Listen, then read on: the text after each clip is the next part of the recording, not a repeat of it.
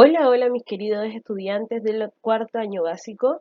¿Cómo están? Yo espero que se encuentren súper bien esta semana. Yo estoy muy feliz de estar en una nueva clase junto a ustedes.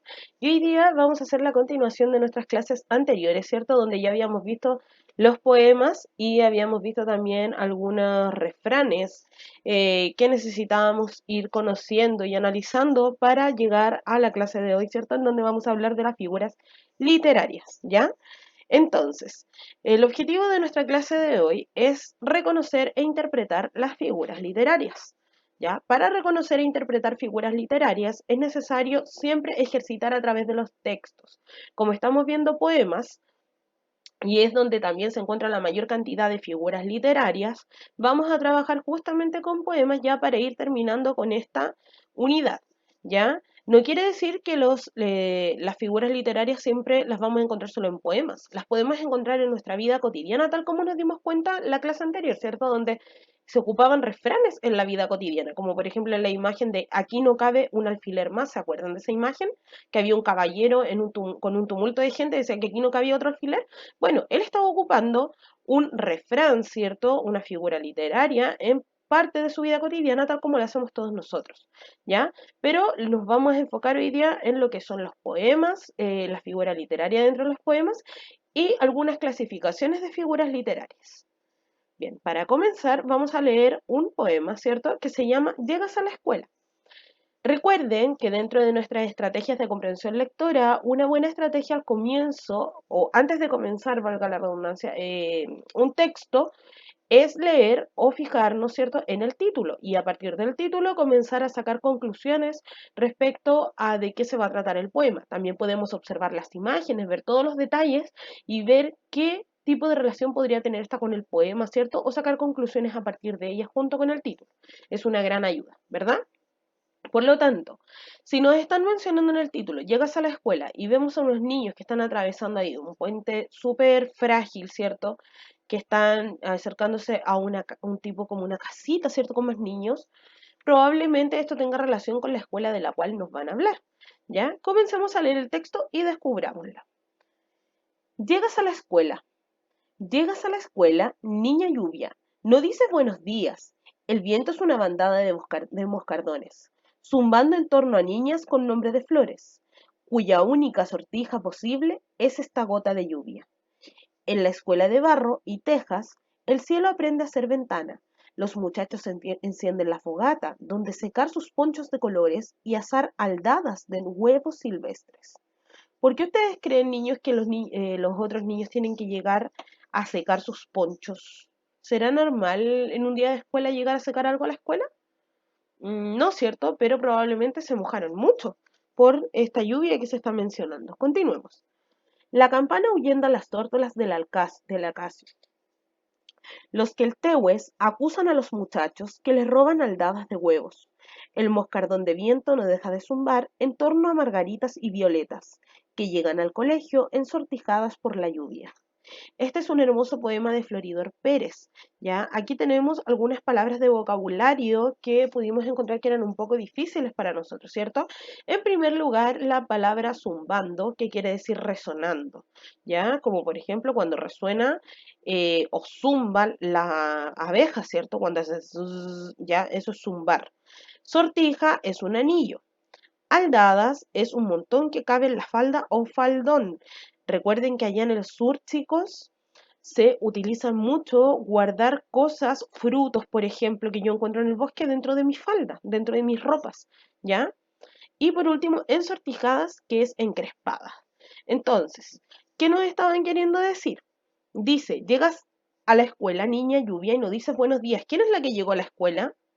La lluvia, ¿cierto? O sea, se puso a llover, perfecto. El viento es una bandada de moscardones, chicos. Recuerden que una bandada, lo vimos en tercero básico, es un conjunto de aves o cosas que vuelan, ¿cierto? En este caso es un conjunto de moscardones, moscas gigantes, ¿verdad? El viento es una bandada de moscardones. ¿Por qué dirán que el viento es una bandada de moscardones? ¿Porque vienen moscas? ¿O porque soplará muy fuerte el viento tal como una bandada de moscardones? Ah, miren, qué necesario es ir analizando las frases de nuestro poema que nosotros no entendemos a la primera. Cuando no la entendemos, yo les dije la vez pasada, tenemos que hacer un trabajo de ponernos a pensar o analizar qué podría ser lo que nos están tratando de decir. Luego dice, zumbando en torno a niñas con nombres de flores, ¿ya? Generalmente niñas con nombres de flores, niñas que en el sur se pueden llamar comúnmente Violeta, Margarita, etcétera, ¿cierto? Con nombres de flores, cuya única sortija posible es esta gota de lluvia. O sea, la única suerte que van a tener ellos es mojarse con la lluvia. Continuamos. En la escuela de barro y tejas, el cielo aprende a ser ventana. ¿Por qué dice el cielo aprende a ser ventana? Porque está todo muy porque todos los niños tienen que ver a través de la ventana todo lo que está pasando afuera, ¿cierto? Los muchachos encienden fogata, donde secar sus ponchos de colores y asar aldadas de huevos silvestres. Aldadas, montones, montones de huevos silvestres que sacaron, ¿cierto? La campana ahuyenta las tórtolas del acacio. Los quetehues acusan a los muchachos. Quetehues son unos pajaritos, ¿cierto? Los quetehues. Que les roban aldadas de huevos. Cuando los niños les sacan los huevos, ellos gritan, ¿cierto? Por eso los acusan. El moscardón de viento no deja de zumbar en torno a margaritas y violetas, que llegan al colegio ensortijadas por la lluvia, encrespadas, ¿cierto? Con todo el pelo desordenado. Bueno, aquí yo los ayudé bastante respecto a lo que sería el análisis de nuestro poema y las preguntas que tenemos que contestar a continuación. De esta misma forma, chicos, yo espero que cada vez que ustedes lean un poema, el cual no va a ser tan fácil descifrar a la primera vez, ¿cierto? Quiero que ustedes hagan el mismo ejercicio que yo hice ahora, ¿ya? Para poder ser buenos lectores y comprender de forma rápida nuestros poemas, primero tenemos que darnos el trabajo de hacer este análisis, ¿ya? Si yo leo un texto rápidamente, ¿cierto? Sin detenerme, sin fijarme en los detalles, sin comprender lo que me están diciendo, sin analizar previamente el vocabulario que a mí me están entregando, probablemente yo no voy a entender el texto en su totalidad o no voy a comprender la finalidad del texto, que es lo que me está tratando de comunicar, ¿verdad? A medida que yo más veces vaya repitiendo este ejercicio en diversos textos, más rápidamente los voy a ir comprendiendo. ¿Me entienden la idea? Es súper importante ejercitar y hacer esto que yo acabo de hacer. Primero analizamos el título y la imagen, si es que se me proporciona, ¿cierto? En segundo lugar, voy a buscar inmediatamente, o sea, voy a hacer una primera lectura, voy a buscar el vocabulario que yo no entiendo, ¿cierto? Para poder comprender mejor el texto. Y si hay alguna frase que es muy rebuscada o donde se hacen comparaciones o donde yo no entiendo bien lo que me están diciendo, me detengo a leerlo una y otra vez las veces que sea necesario para analizarlo. Le puedo comentar la frase a mi mamá, a mi papá, a alguna persona en la casa, a mi profesor, a alguien que pueda compartir su opinión junto a mí y me ayude a comprender de mejor forma lo que me están tratando de decir. ¿Por qué se los digo? Porque sobre todo en el lenguaje poético, donde se ocupa mucho el lenguaje figurado, es más complicado llegar a analizar eh, ciertos mensajes, ¿ya? Pero no es imposible. Si usted empieza a practicar mucho, va a ser cada vez más sencillo, ¿ya? Sigamos entonces. Después de que yo les ayudé a leer este texto, ¿cierto? Y analizarlo, quiero que me ayuden a contestar las siguientes preguntas. Entonces, la pregunta número uno dice, ¿quién zumba alrededor de las niñas? ¿Quién zumbaba alrededor de las niñas, chicos? ¿La lluvia, el viento, la escuela o los moscardones? Ojo aquí, es súper fácil confundirme porque en el texto se mencionaba los moscardones, pero yo les dije que se estaba haciendo una especie de comparación, ¿cierto? ¿Con quién se estaban comparando los zumbidos de los moscardones? Con el sonido del viento. Por lo tanto, acá el que zumbaba era el viento. No habían moscardones, no existían los moscardones dentro del texto, no lo vieron las niñas. Sin embargo, el poeta, ¿cierto? Nos quiso hacer esta comparación para que nosotros pensáramos un poco en el parecido que había entre el zumbido de los moscardones y el gran zumbido del viento que había en ese momento. En segundo lugar, nos preguntan, ¿para qué los muchachos encienden una fogata? ¿La encendieron para calentarse? ¿Para secar su ropa? ¿Para iluminar la sala? ¿O para calefaccionar la escuela? Si quieren, podemos devolvernos al texto. Ese es otro ejercicio muy bueno que tenemos que hacer para responder correctamente, ¿cierto? Acá decía que en la escuela de Barro y Tejas el cielo aprende a ser ventana, los muchachos encienden la fogata donde secar sus ponchos de colores y asar aldadas de huevos silvestres. O sea, ¿para qué encendían la fogata? Para secar sus ponchos y para asar los huevos, ¿cierto? Por lo tanto, veamos cuáles son las opciones que se nos entregaron y que podemos escoger.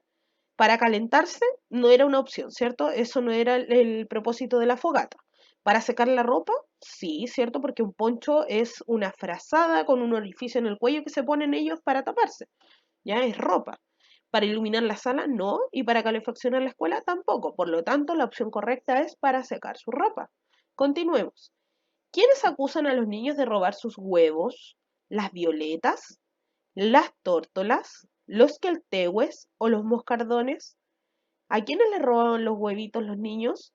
A los queltehues, ¿cierto? Eso se mencionaba en el texto. Excelente, chicos. Continuemos con una última pregunta de selección múltiple. ¿Qué quiere decir el verso "el moscardón del viento no deja de zumbar"? Esto es lo que habíamos explicado. ¿Se acuerdan de la analogía que hicimos entre el viento y el moscardón? ¿Ya? ¿Qué quería decir entonces esto? ¿Que al moscardón se lo llevó el viento? ¿Que el viento suena como los moscardones? ¿Que a la escuela entró una bandada de moscardones? ¿O que en la escuela hay un moscardón que hace mucho ruido? Que el viento sonaba igual que el zumbido de los moscardones, ¿cierto? Por lo tanto, en base a esa analogía pudimos contestar esta pregunta. Y probablemente si no hubiésemos hecho ese análisis en el texto, aquí nos hubiese costado un poquito más, no hubiésemos tenido que devolver y de todas maneras pensar en la respuesta. Bien, número 5. Esta es una pregunta abierta. Recuerden, pregunta abierta, yo tengo la posibilidad de contestar con mis propias palabras. ¿Ya? Y mi pregunta dice lo siguiente. ¿Qué quiere decir la expresión llegan al colegio ensortijadas por la lluvia? ¿Quiénes llegaban al colegio ensortijadas por la lluvia? Veamos. Llegaban al colegio ensortijadas por la lluvia. Ahí dice en torno a margaritas y violetas que llegan al colegio ensortijadas por la lluvia. O sea, las niñas que tenían nombres de flores, ¿cierto? Llegaban al colegio ensortijadas por la lluvia. Y habíamos dicho que ensortijadas significaba encrespada. Por lo tanto, ¿esto qué quiere decir? Que las niñas llegaban con el colegio, llegaban al colegio con el cabello encrespado, ¿cierto? Por el efecto de las lluvias, llegaban al colegio con todo el pelo con rulitos, ¿cierto? ¿Se han fijado ustedes cómo se estropea el pelo debajo de la lluvia? Cuando nosotras nos alisamos el pelo, ¿qué pasa? Se estropea el alisado, nuestro cabello vuelve a su forma natural, ¿cierto? Aparecen los famosos rulos, se pone esponjoso. Por eso es que dicen entonces que el cabello queda encrespado por la lluvia. Muy bien. Y por último, ¿en qué lugar de Chile, perdón, antepenúltimo, en qué lugar de Chile creen ustedes que ocurrió, que vivía el poeta cuando escribió esta obra y por qué? Pensemos, ¿cómo era el lugar que nos describían? Primero pensemos en sus características geográficas. Había barro, había río, ¿cierto? En las imágenes, ¿se acuerdan? También se nos mencionaba la lluvia, el viento. Entonces, ¿a qué características responden las definiciones que se nos dieron a nosotros en el poema? ¿A qué lugar geográfico representa? Bien, este clima y el paisaje que se nos mencionó representa al sur de Chile. Por lo tanto, podríamos decir que el poeta vivía en el sur de Chile. Ahora, ojo con esto. No necesariamente el poeta tiene que haber vivido en el sur de Chile para escribir el poema, sino que también puede haberle servido este lugar como un foco de inspiración para crear este poema. ¿Ya? Puede que ustedes no vivan, por ejemplo, en la playa, pero quieran hacer un poema de la playa porque les inspira este lugar. Y es totalmente válido, ¿cierto? Y como última pregunta, ¿cómo describirían la escuela que se menciona en el poema? Ya, acá es súper necesario que nosotros infiramos. ¿Por qué? En el texto a nosotros no se nos decía de forma explícita cómo era la escuela, no la describían de forma detallada. Por ejemplo, la escuela es así o acá, etcétera. Solamente se nos dijo que tenía tejado y que las paredes eran de barro, ¿cierto? Pero igual es necesario inferir para sacar más información, es decir, tenemos que buscar pistas, ya que el texto por sí solo no nos responde a esta pregunta, ¿cierto? Entonces pensemos en cómo son las escuelas en el sur, sobre todo en los sectores rurales, porque no todas las escuelas son tan básicas, ¿cierto? Hay algunas escuelas súper geniales en el sur que se están construyendo, pero en los sectores rurales, ¿cómo son? Son escuelas, ¿cierto?, de materiales ligeros, son escuelas son pequeñitas porque van pocos niños, están en sectores rurales, ¿cierto? Que hay bastante barro y vegetación alrededor, ya no está pavimentado, generalmente como son tan livianas de material, probablemente se llueven con la lluvia o se pasa frío, ¿cierto? Por lo tanto, no son igual que acá, ¿ya? Bueno, todo texto, chicos, nos deja siempre algún tipo de valor. ¿Cuál fue el valor que nos dejó este texto en particular? Bien, este texto, por ejemplo, nos permite valorar el esfuerzo y la perseverancia que tienen los niños que viven en localidades rurales. Estos niños que tienen que ir a la escuela, sea como sea, con los medios que tienen, ¿cierto? Enfrentándose a los diversos climas que hay allá en el sur de Chile. Y estos niños, por ejemplo, no cuentan con las mismas comodidades que contamos nosotros en la región metropolitana, por ejemplo. Acá nosotros tenemos todo pavimentado, tenemos acceso a todo tipo de locomoción, ¿cierto? Y aún así llueve un poco y faltamos a la escuela. Los niños allá en el sur son súper esforzados y muchas veces se van caminando a la escuela, con el barro, con la lluvia, con el frío que hace, y llegan a la escuela y no hay calefacción tampoco. Entonces es bastante sacrificado, ¿ya? Y nos sirve para reflexionar. Bien, pasemos entonces de lleno a lo que son las figuras literarias. ¿Ya? ¿Por qué primero leímos un texto? Para poder acercarnos a lo que son las figuras literarias y lo que nos entregan estas. Bueno, las figuras literarias son un recurso del lenguaje, chicos, que utilizan los poetas para poder embellecer el texto, ¿ya? Y dentro de las figuras literarias vamos a ver dos que son súper emblemáticas y que las vamos a ver en cuarto básico. A medida que pasemos cursos vamos a ir conociendo otras figuras literarias. Las figuras literarias que conoceremos hoy, en primer lugar, tenemos la comparación. ¿Qué es una comparación dentro de un poema o de un texto con figuras literarias? Le vamos a llamar comparación a una figura literaria que vamos a utilizar para relacionar dos elementos entre sí, expresando de manera explícita la semejanza que hay entre estos dos elementos, ¿ya? O sea, en qué se parece una cosa con la otra, ¿ya? O qué diferencia tiene una cosa con la otra. Por eso se llama comparación. Entonces, va a ser la relación que vamos a establecer mediante el uso de conectores comparativos. ¿Conectores de qué tipo? Conectores como, por ejemplo, así, como, igual que, tan y lo mismo que, entre otros. ¿Ya? Por ejemplo, cuando yo digo, eres igual que tu papá. Ese es un conector de comparación y estoy comparando un elemento que sería el hijo con el otro elemento que sería el padre para buscar sus semejanzas o sus diferencias. ¿Se entiende la idea, chicos? Excelente. O cuando yo digo, oye, ese perrito es igual al otro perrito o es como el otro perrito. Estoy utilizando conectores, o sea, frases, ¿cierto? Palabras que conectan una idea con otra idea y que establecen una relación entre ambas. ¿Se entiende, chicos? Maravilloso. Como en el siguiente ejemplo también, donde dice, ella es tan hermosa como una flor. ¿Qué pasa aquí? Se está comparando la belleza de una mujer, ¿cierto? Ella, con la belleza de una flor, ¿cierto? Entonces se está comparando en belleza, ¿cierto? La flor, recuerde que es colorida, por eso llama la atención, es delicada, es perfumada, o sea, tiene muchas cualidades. Hay que sentirse muy afortunada que uno la comparen con una flor, ¿cierto? Entonces se está comparando. ¿Y cuál es el conector de comparación que se ocupó aquí? Ella es tan hermosa como una flor. Miren, así como, igual que, tan y lo mismo que, entre otros. ¿Cuál es el conector que se utilizó? Como. Excelente. Y tenemos nuestra segunda figura literaria que vamos a conocer el día de hoy, que es la metáfora. ¿Ya? La metáfora, chicos, es una figura literaria que vamos a usar para describir una idea u objeto de manera nueva y original. Para esto vamos a establecer una relación de semejanza entre dos elementos, pero aquí la gran diferencia que esto tiene con la comparación es que no vamos a utilizar ninguno de estos conectores. ¿Ya? Entonces, ahí dice que vamos a establecer esta relación, pero sin usar conectores comparativos. ¿Estamos de acuerdo? Entonces, por ejemplo, podríamos usar la expresión tus manos de cristal. ¿Qué pasa aquí? Yo no dije tus manos son como un cristal, ¿cierto? No ocupé ningún conector. O no dije tus manos son igual que un cristal. O tus manos son tan lindas como el cristal. No, yo solo dije tus manos de cristal, ¿cierto? No utilicé un conector. Pero de igual forma quiero buscar algún tipo de relación o semejanza entre estos dos elementos, ¿ya? Pero no los voy a comparar entre sí, sino que voy a hacer alusión a, en este caso, las manos, ¿cierto? Que se están relacionando con la fragilidad del cristal. O sea, aquí no estamos diciendo que las manos son como el cristal transparente, ¿cierto? O que suenan como el cristal. No, nada por el estilo, sino que estoy diciendo el cristal es frágil. Bueno, tus manos son igual de frágiles. Tus manos son de cristal porque son muy frágiles, ¿ya?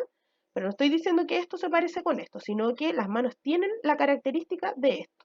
¿Se entiende la idea? Es una diferencia muy mínima que hay entre la comparación y la metáfora, pero la pista principal que les va a ayudar a descifrar cuál es la diferencia entre una comparación y una metáfora es que en la comparación vamos a usar estos tipos de conectores y en la metáfora no los vamos a utilizar para nada, ¿ya? Entonces, resumiendo, las figuras literarias le van a dar un estilo propio al texto, ya para eso se usan. Y es una forma que tenemos de decir las cosas para darle mayor belleza al texto. O sea, simplemente es para embellecer un texto, ¿ya? Ese es su propósito principal. Veamos entonces el siguiente texto para que vayamos ejercitando. ¿Qué figura literaria está presente en la expresión destacada? La destacada es la que está más ennegrecida. Leamos. Dice, llegas a la escuela, niña lluvia, no dices buenos días.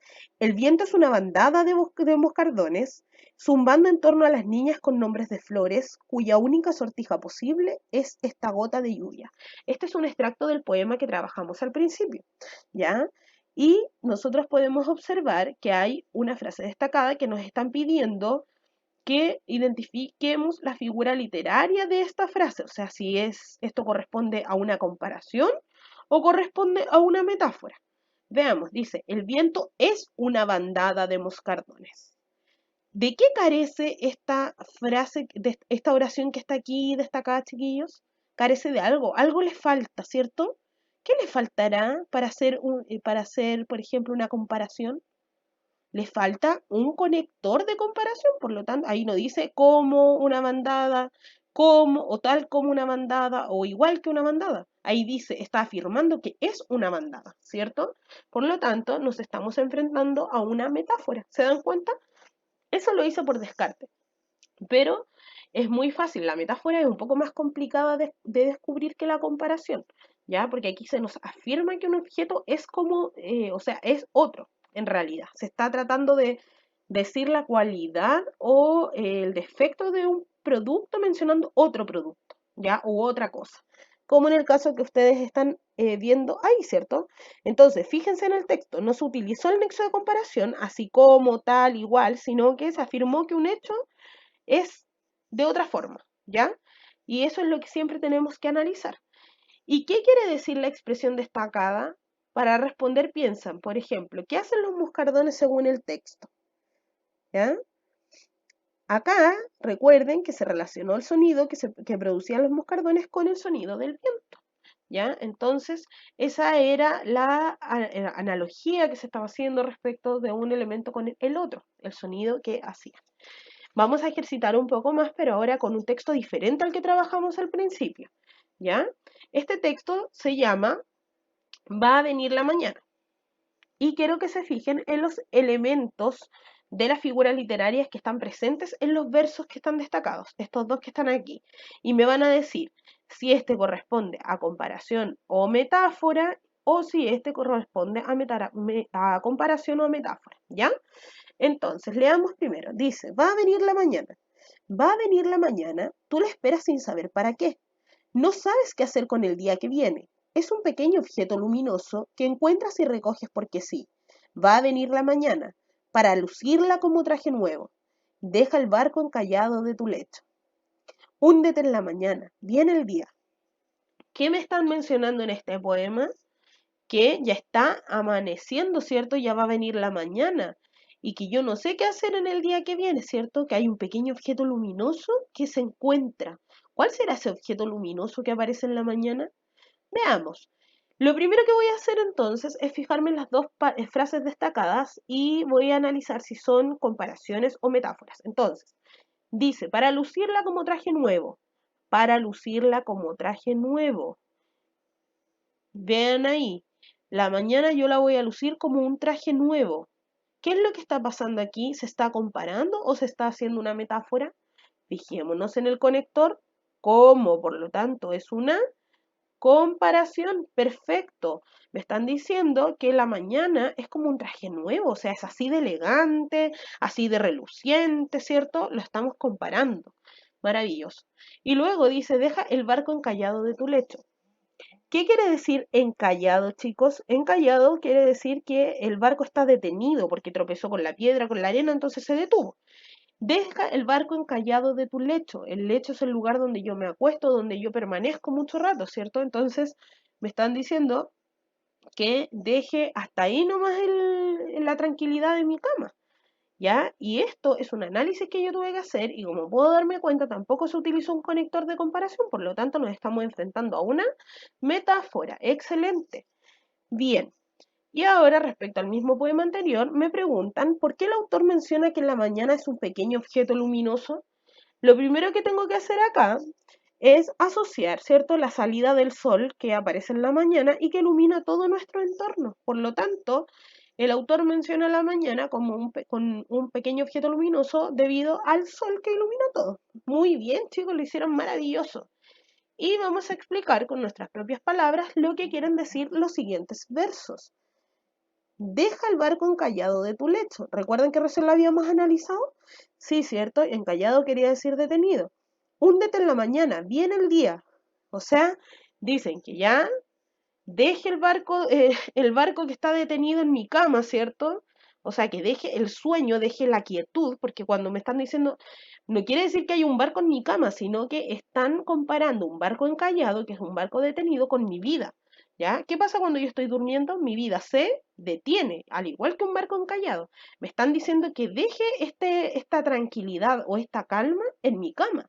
¿Se dan cuenta? Tuve que hacer todo un análisis, lo mismo que tienen que hacer ustedes. Entonces, me están diciendo, deja tu tranquilidad en tu cama, ya, levántate, ¿cierto? Húndete en la mañana, o sea, levántate, disfruta el día eh, y haz todas las actividades que tengas que hacer. Por lo tanto, el mensaje que me están entregando es prácticamente hay que levantarse de la cama, ¿cierto? Porque ya es de día. Súper bien, chicos, ¿se dan cuenta? No fue tan fácil, pero si nosotros analizamos un poco, no es algo imposible. Es algo que con trabajo, con práctica y poco a poco vamos a ir logrando cada vez de manera más fácil.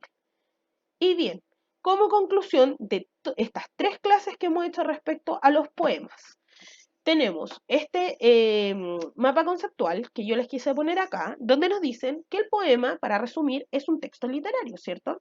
Recordemos que es un texto literario en donde se quieren expresar sentimientos y emociones a través de un hablante lírico, que vendría siendo lo mismo que el narrador, ¿ya? Eso lo habíamos dicho en clases anteriores, ¿cierto?